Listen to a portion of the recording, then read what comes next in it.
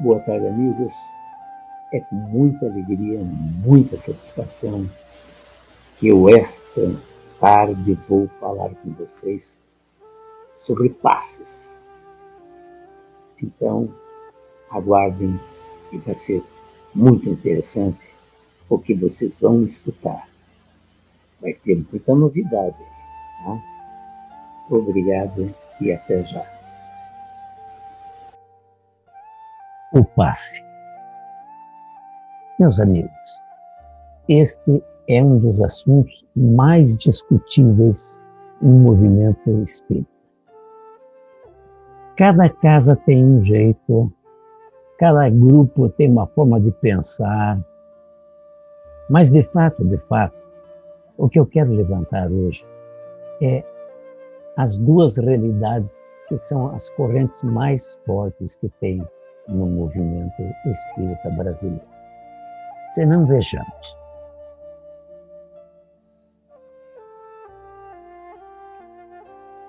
O que é o passe?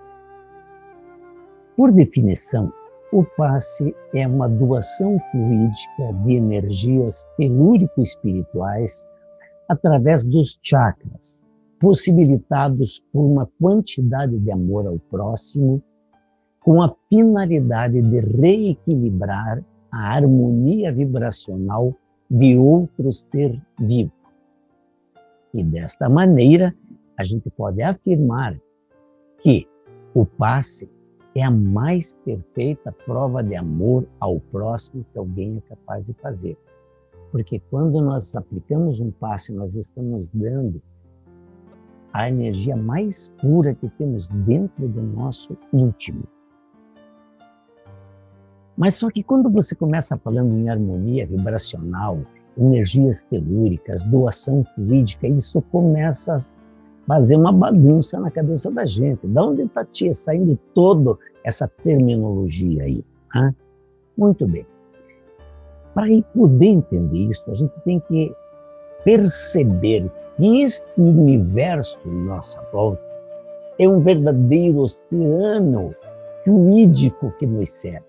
É um oceano de energia. Isso que parece que é o nada, isto é o fluido cósmico universal, nos rodeando o tempo todo.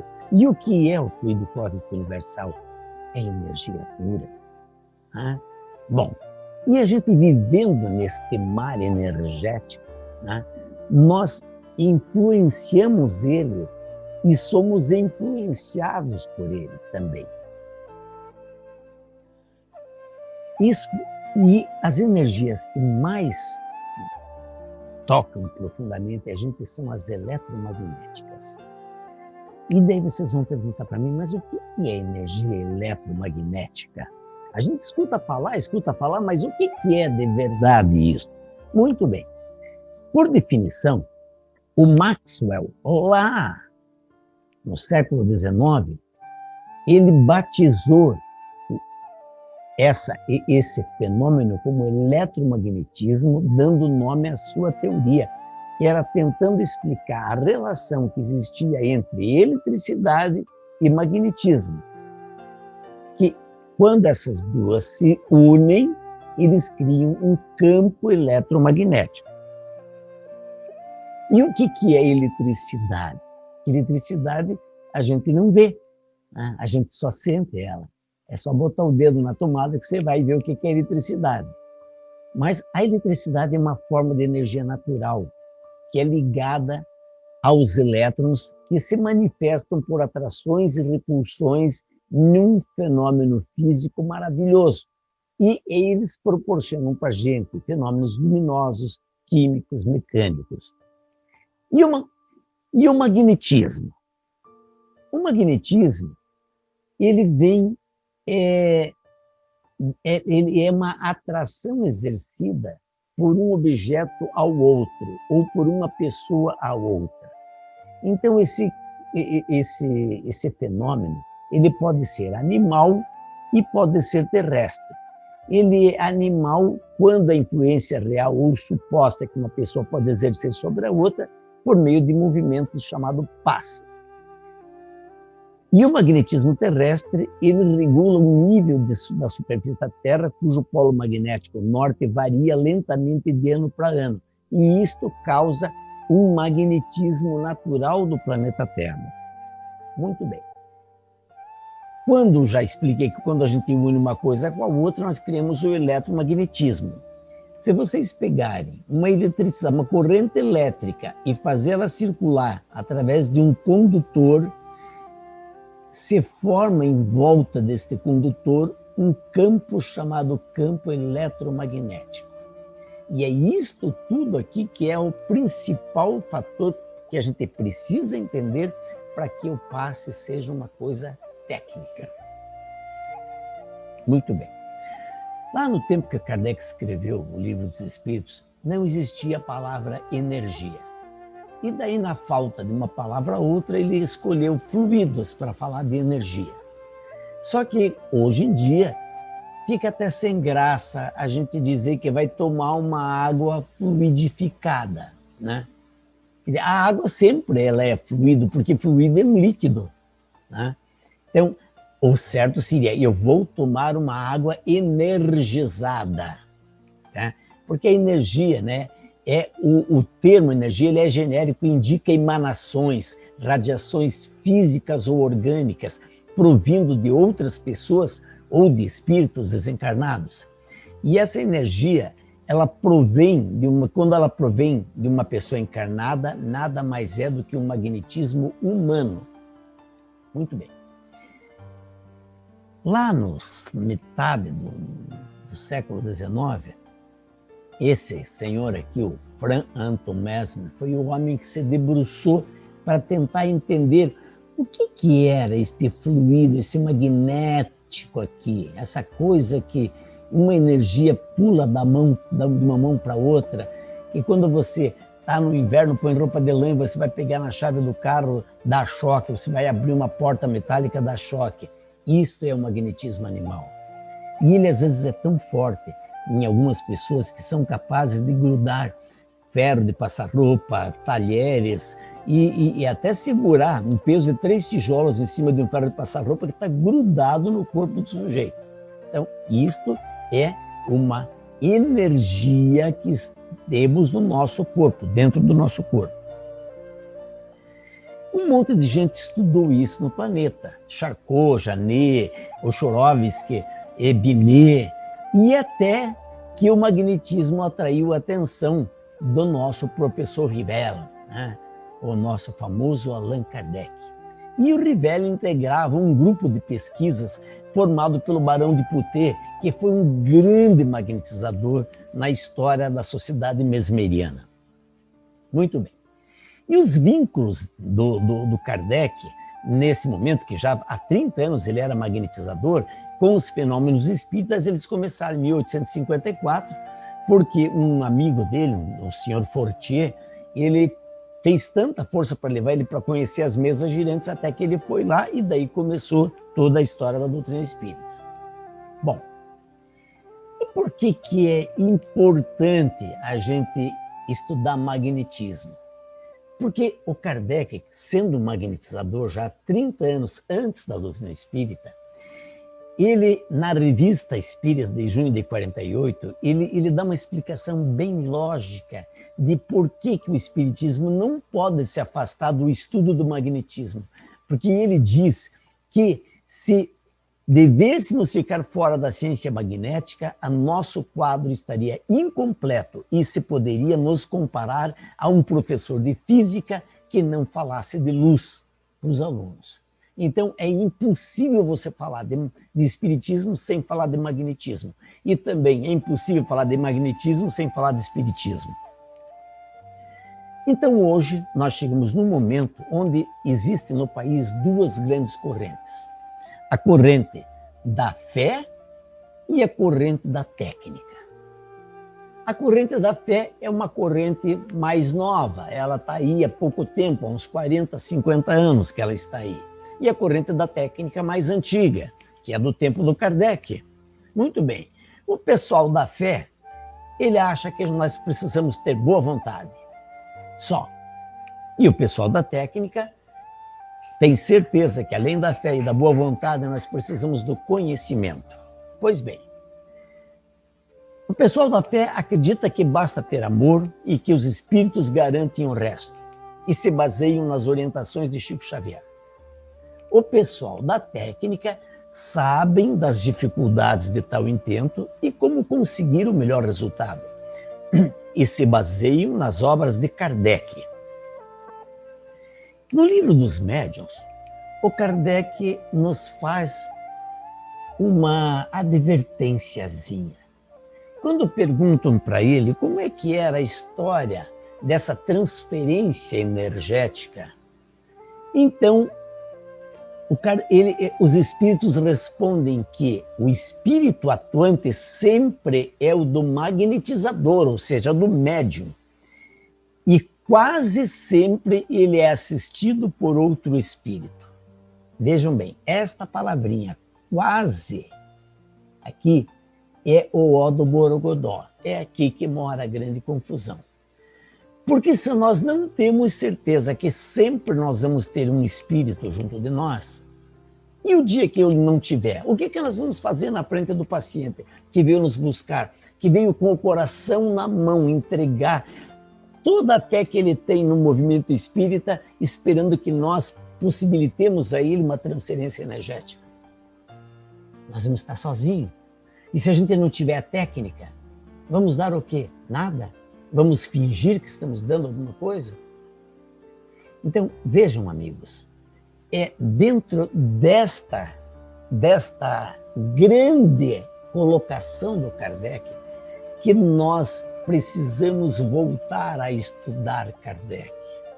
Nós precisamos parar e fazer de conta que estamos dando alguma coisa e a pessoa sai da nossa casa fingindo que recebeu e nas 2, 3 semanas depois ela volta e diz que não melhorou e daí ela escuta das casas espíritas via de regra que não melhorou porque ela não tem merecimento.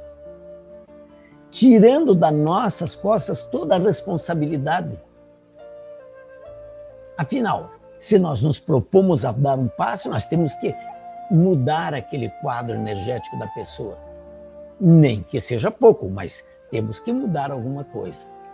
Então vejam, para se entender de passe, o passe para nós é igual a entender de energia espiritual, energia telúrica, eletricidade, magnetismo, chakras e plexos. Bom, a maioria dos espíritas não conhecem chakras. Se não conhecem os nossos centros vitais, como é que nós vamos trocar energia com alguém? Baseado em quê nós estamos trocando energia com alguém? Chegamos na frente de alguém e jogamos energia nele? Simplesmente? Lógico, um pouco ele vai receber. Mas se a gente pode fazer um trabalho melhor, por que vamos fazer o mais ou menos?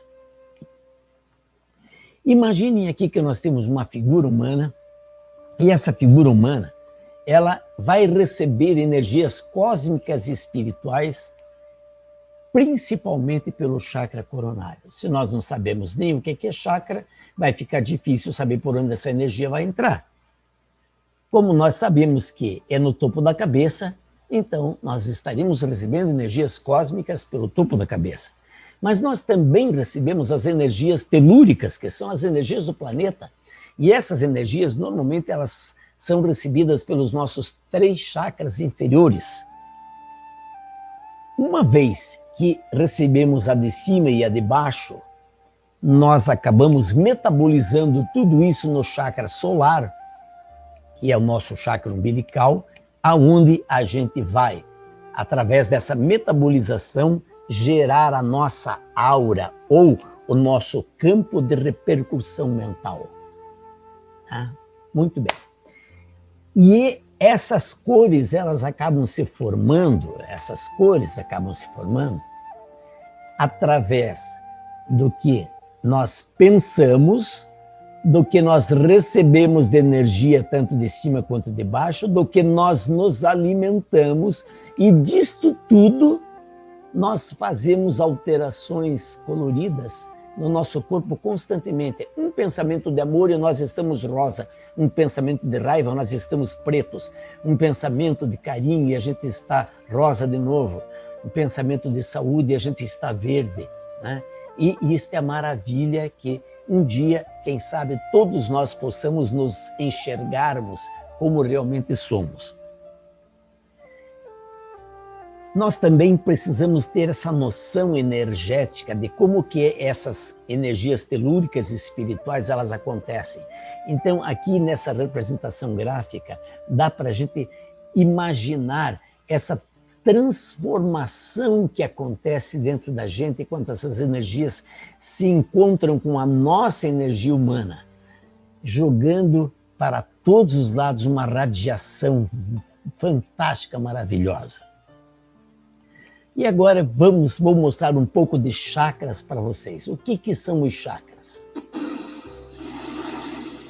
A palavra chakra vem do sânscrito e significa roda de luz, também conhecido como centros vitais, fulcros energéticos ou centros de força. Geralmente são visualizados por videntes e clarividentes como campos em forma de redemoinhos, com a aparência de uma flor, com pétalas irradiantes e coloridas. O nosso corpo é regido por esses centros, que vibram em sintonia uns com os outros ao influxo do poder diretriz da mente, estabelecendo um veículo eletromagnético no qual o pensamento vibra em circuito fechado antes de exteriorizar-se. Cada célula do nosso corpo pode ser considerada um motor elétrico ou diminuto centro vital. O complexo humano é formado por centenas de chakras, que são classificados como mínimos, menores, maiores, secundários, principais e primordiais. Esses centros de força desempenham diversas funções, dentre elas a de reger as atividades fisiológicas dos órgãos a eles relacionados. Levando em conta as várias escolas que estudam o tema, definimos como primordiais 10 centros: o coronário,